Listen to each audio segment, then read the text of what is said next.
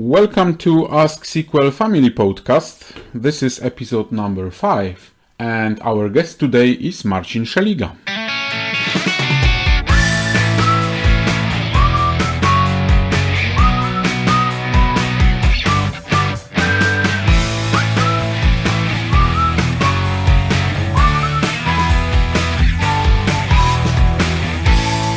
Hi Marcin, thank you for accepting my invitation. At the beginning of our conversation, could you tell me what is your name and where are you living?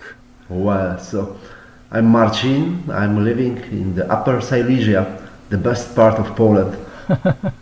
Why is the best part of Poland? Well, political question, yeah, from the very beginning. Because I'm living there. Yeah, it's enough reason. What do you do for a living? Well, I'm independent consultant working with data and Microsoft Data Platform for the last 20 years, mostly with SQL Server and Azure. Okay, and how long or since have you been working with SQL Server? Since SQL Server 7.0, so it's 1998, something like that. Do you have your favorite tools you use during your work? Wow. Apart of from Management Studio, of course, something which is really cool. Yeah, so actually it depends on the task. So quite recently I've been arranged to fix some performance issues, troubleshooting. So for this area are all those great scripts from the community, from Adam Mechanic, Brent Other, Grant Berry, stuff like that.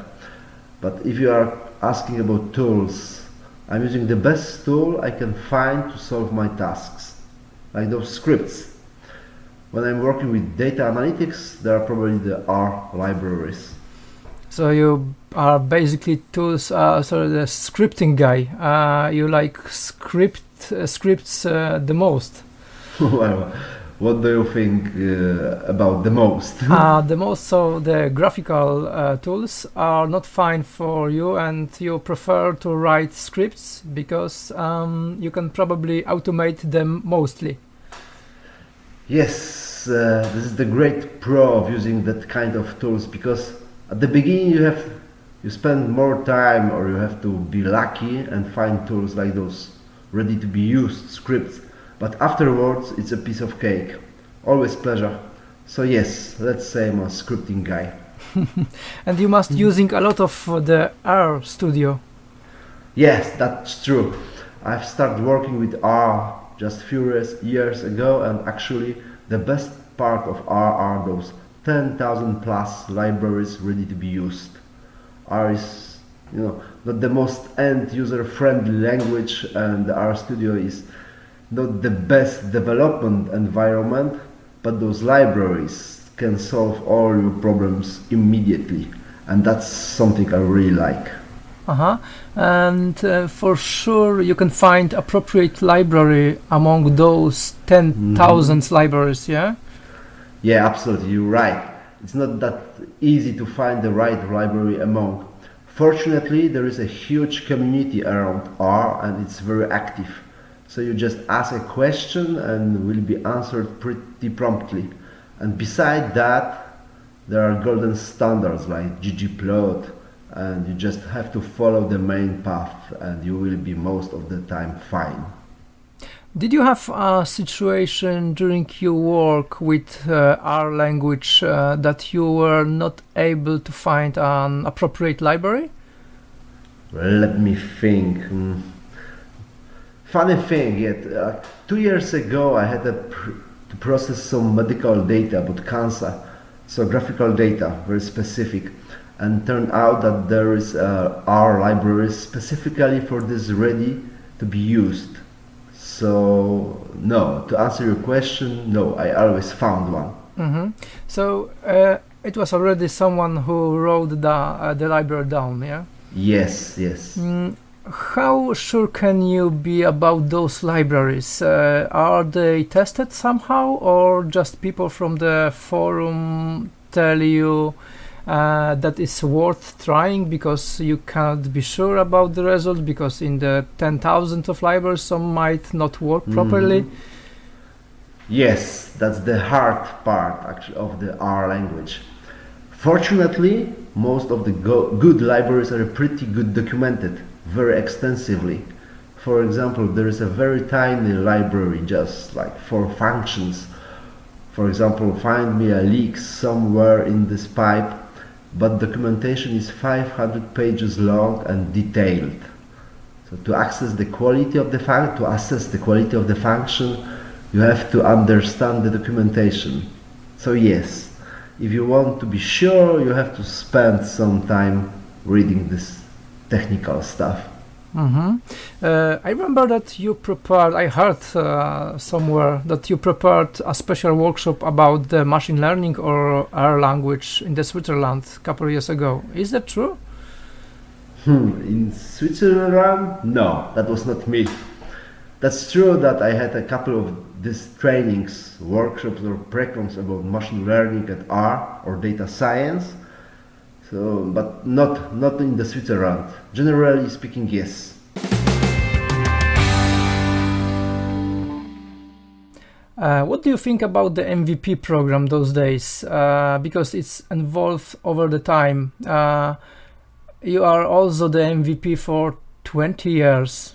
Less. It's just 12. Just 12. So yeah, I saw some changes. In my opinion, the key word in this Microsoft most valuable professional program is the word Microsoft. Not professional, but Microsoft. In contrast to community, it's a Microsoft award, not community award. If you're asking about something like this, yeah, it's a Microsoft award, and if you are okay with this, you will understand this program much better. And what about the MCM program? It was great for professionals, but yes, unfortunately was killed very suddenly. Yeah, you're and right. Nothing is. And I still do remember this funny email. I got one. Please complete your training because we are closing this program soon. Very motivating. Yeah, but nothing has been proposed so far. So the program has been terminated like 4 years ago, as I remember. I don't remember exactly. Yeah, and nothing has been proposed to MVPs and other people to, of course, instead of this program, and I think it's not good. Yeah, right. And Marcin, and you were the first individual in Poland who has achieved the MVP award. You are basically the older one, the older guy in Poland with the MVP title. Actually, I was the second who got this title in data platform. The second, for really? SQL Server. So no one remembers Yes. the first one then. My history with this title is probably the longest, but I was the second, and it was just 2 years after the program started in Poland. Okay, it was many years ago. And did you remember that moment? Yeah. I'm still in touch with people from the program and from Microsoft. I'm in Microsoft Poland. Last week, a girl from Microsoft who I think proposed me at that time contacted me asking question, could you do something for me, for my client to be precise? And I said yes. And then probably she had to introduce me somehow to this client, so she found the very first interview about how I started in this program. And I mentioned her name in this interview, so she remembered the good old times. Yeah, and now we go from the MVP program to your hobbies. What would you like to do the most, or what you do the most? What's your hobby? Okay, so I'm trying to spend as much time as I can actively. So I'm swimming, playing table tennis, squash, dancing. Yes, seriously. So 4 years ago, a lot of activities. 4 years ago, I decided that I do not spend a minute longer in front of the computer than it's necessary. So no gaming, no chatting. If I'm not working, my computer is shut down and I'm doing something active. Also, I can't remember you spent some time on both. Yes, it's great actually. So I'm selling mostly during summer, but this is great because for a week or two you're absolutely not allowed to use your computer. You have to deal with and solve real problems, and you have to cooperate with other guys on the boat. So it's like a small community, 6 to 10 people, and you have to be sure that each one on the boat will do his job correctly. Otherwise, you simply will not manage. So that's something, and this is nice hobby. So I'm really happy that Andrew, one of our colleagues, got addicted to sailing due to me. Yes, and he is sailing right now. He's not with us. He is sailing somewhere on the sea. So basically, you have answered also on the next our question. What about your work-life balance? Yes. Pretty easy for you. If you don't need. Yeah, but I will still would like to answer this question. Yeah, great. Please go ahead. So from my perspective, it's changing. 10 years ago, it was more work and less life. That was not good. And now I'm trying to balance this in the other way. And my tipping point, the sweet spot, will be probably to spend as much time not working as working. Okay, fair enough, yes. But it's still not the case. I decided at the beginning of this year to work less, and I even say to myself that I will earn less. No problem, no worries. But I fail on both.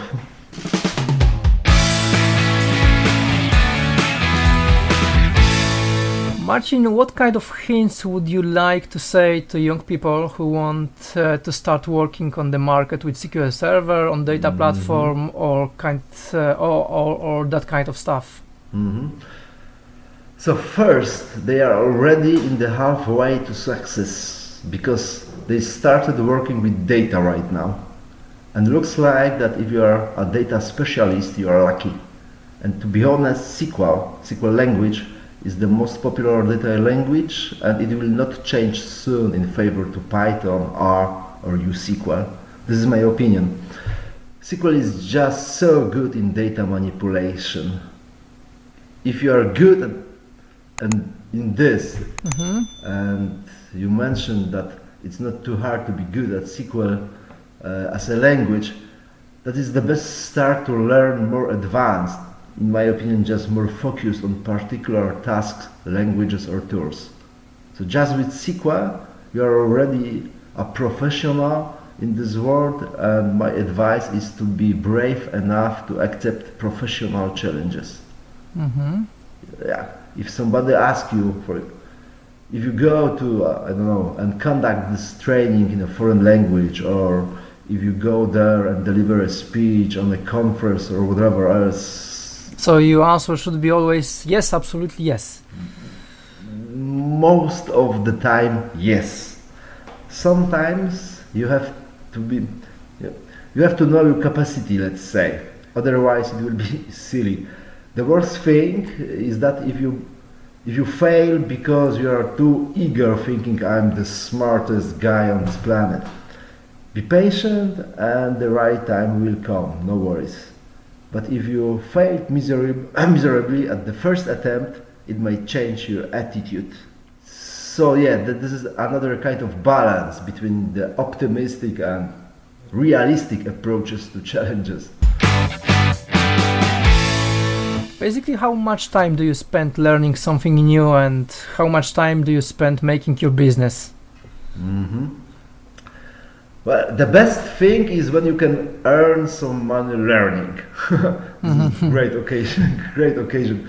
So it's not a joke, because I deliver trainings from time to time, and most of these trainings are prepared for specific customer needs. So I have to prepare it. Yeah. And my first point is the best part of learning is to have discussion with people. In this case, the attendees, and you can learn a lot from them. They are asking very interesting and hard questions, and this is the way I'm learning a lot. The second part is learning from colleagues during conferences. This is also nice because it's a 2 or 3 days, like a free weekend, but you are still learning officially, and actually you are learning. So to answer your question, Kamil, there are some recommendations done by very smart people in business that right now in IT an employee should spend at least 1 day per week learning, not working. At the end, it will provide more profit to the company. And I'm thinking I'm a little bit more profitable as I'm learning, I don't know, at least 10 hours per week, probably 2 days per week, something like this. Yeah, that's true. That would be nice if the business and or the directors could be understand that 1 week Yeah, but 1 day per week would be for learning. Yeah, it's rapidly changing environment. You have to be up to date. Yeah, Yeah, true. Dump. Absolutely. Back to the old times. When did you start interesting in SQL and why SQL? Because it seems easy at that time. Now we are thinking about really old times. So I was thinking about how to find an easy job because my first university degree is not IT. So I was thinking that maybe I can use these logic lessons from my university to learn something similar. This is one part of the story. The second part is that actually during my studies I had to earn some extra money, and one of the very first projects were to develop a database in Microsoft Access for a small company. So I had to learn SQL, Yeah. Since then I know how good and powerful the language is. From that product, I mean Microsoft Access, it was easy to transit to SQL Server. Yeah, really, you just have to press the button migrate to SQL.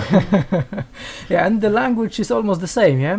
And if you know one dialect of SQL, it's fairly easy to go to the other engines. Yes. Like Oracle, MySQL, Postgres, etc. Absolutely, you're right. Because the point is the logic behind. You are saying what do you want and not how to do this stuff.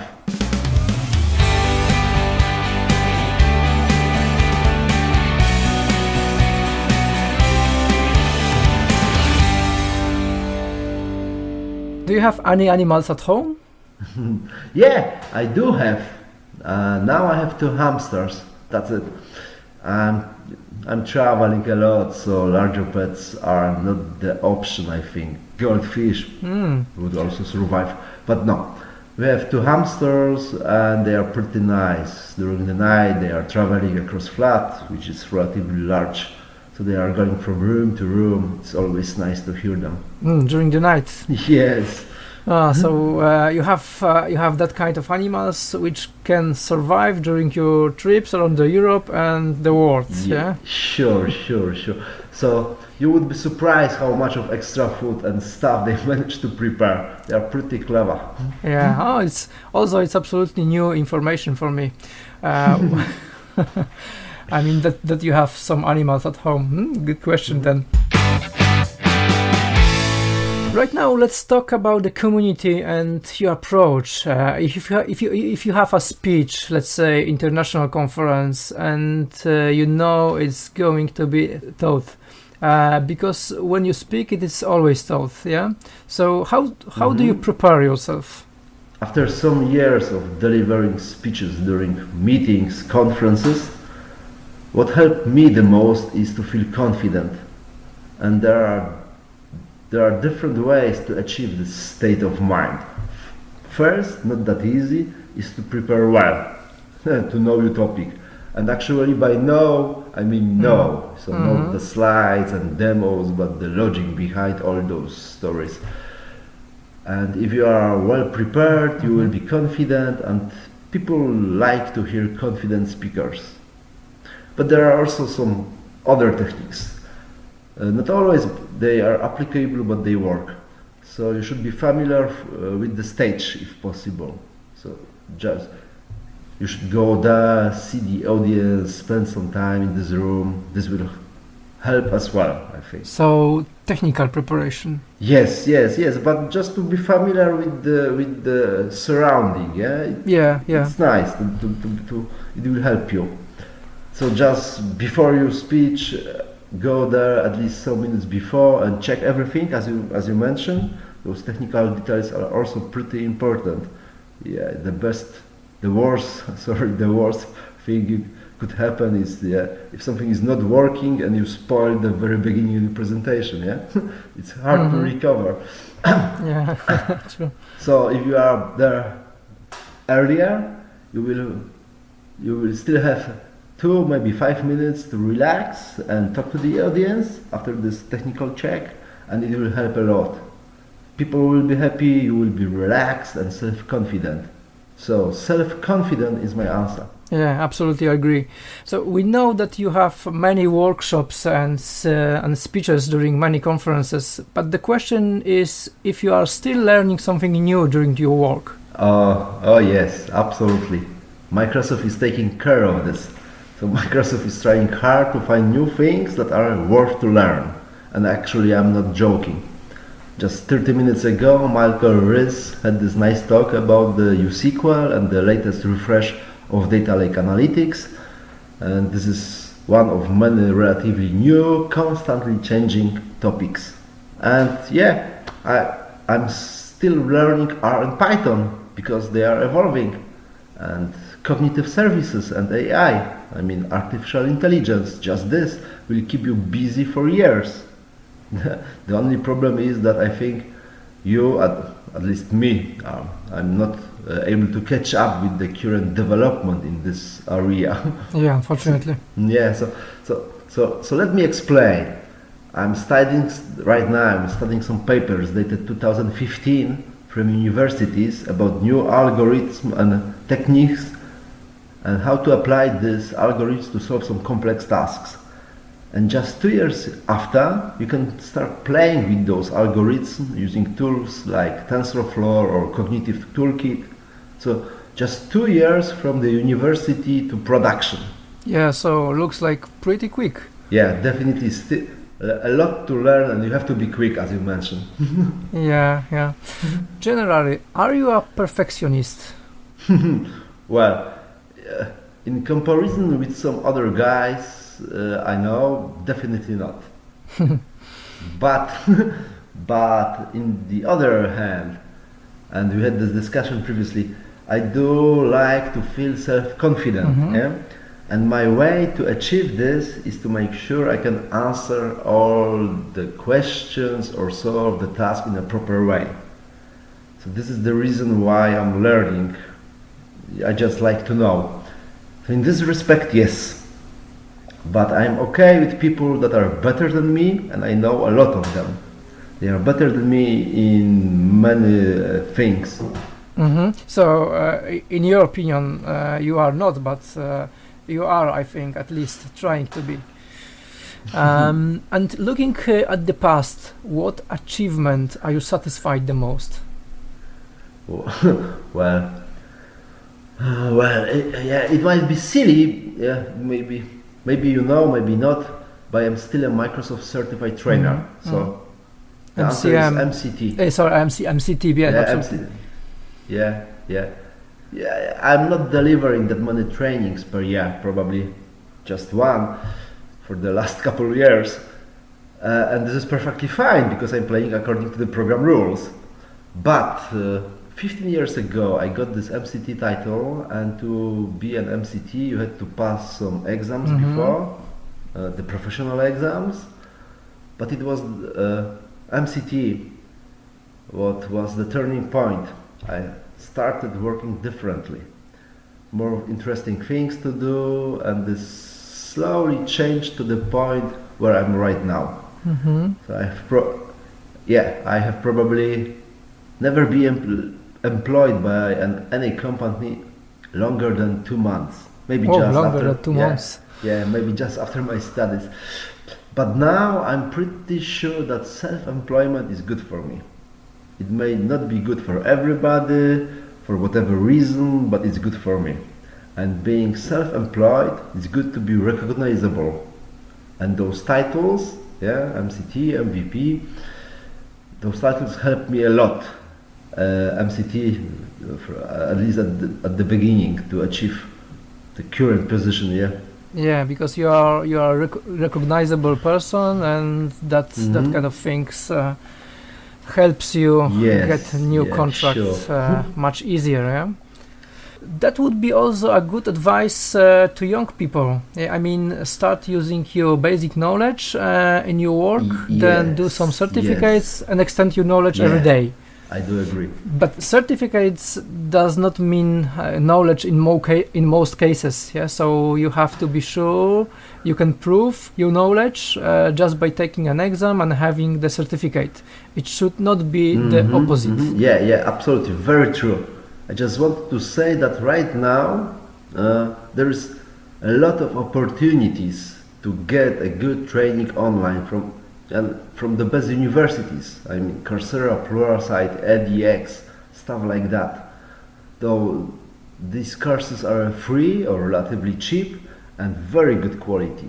So if you spend some time and search the one you are interested in, you will find for sure.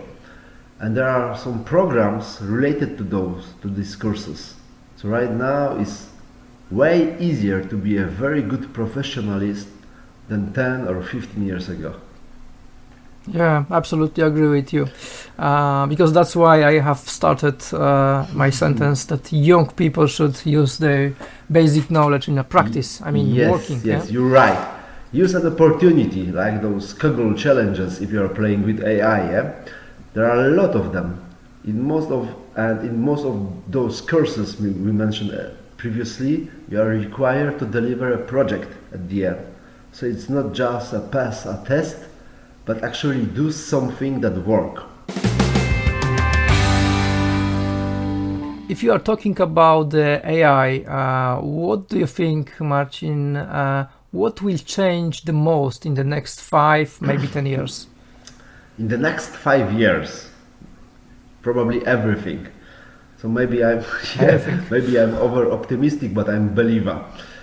The AI is the fourth technical revolution that happens right now. So most of the IT companies know that already, and we are spreading this knowledge to other markets pretty quickly. And 5 years is a lot. So I cannot answer this question. Especially in IT, yeah? Yes, especially in AI. Yeah, absolutely. So even right now we are pretty close to build a model that can build models clever than the original one. So it's happening right now. And when we pass this border, everything will change in the way we cannot foresee right now. And we are in luck to be in the middle of this change, I think. Yes, I'm pretty sure. Going back to your question about young people and advices. So I'm not advising to young people to be truck drivers. It's a risky business right now. Yeah. Taxi drivers as well, or interpreters, translators. All those jobs can be reduced right now. And working in call center, and we have this issue in Poland, we are the biggest call center in Central Europe. All those people will be pretty soon replaced by the machines, bots. So those changes will happen within the next year or two, not even 5.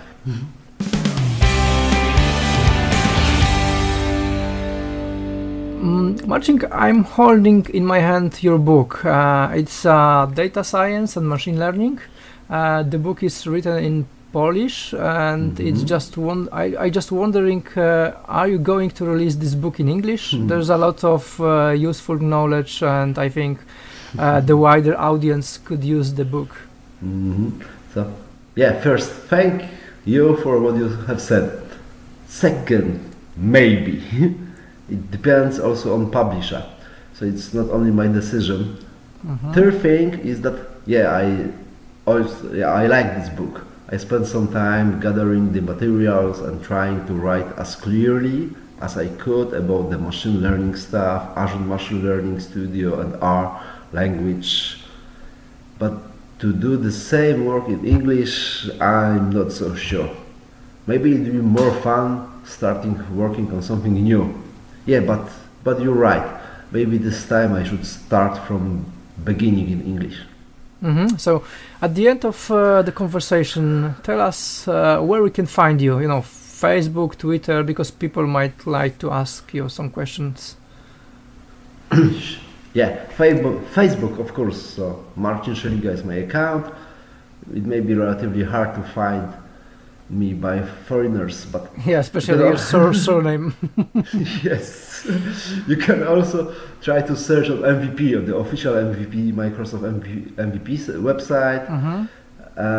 So if you try to write down Szeliga or Marcin, you will see my picture on the data or you can also try data platform community. So the data platform Poland. Data community Poland. Yeah, this is the right the new name. You're right. Yeah, data community Poland. Thank you. Exactly. So it will help. I should appear on some results if you Google or Bing this phrase. If you would like to share your opinions or ask me questions, please contact me. My email address is marcin.szeliga, hard part, @datacommunity.pl. So please find me and we can follow up. So that's it for today, Marcin. Thank you very much. That's great. And hopefully see you soon. Yeah. Thank you, Kamil. See you soon. Thank you for joining us, listening this podcast and time spent jointly. You can find this podcast on website sqlplayer.net. Share this episode if you like it and let us know if you want to hear a specific person from SQL community or maybe about interesting topic or technology.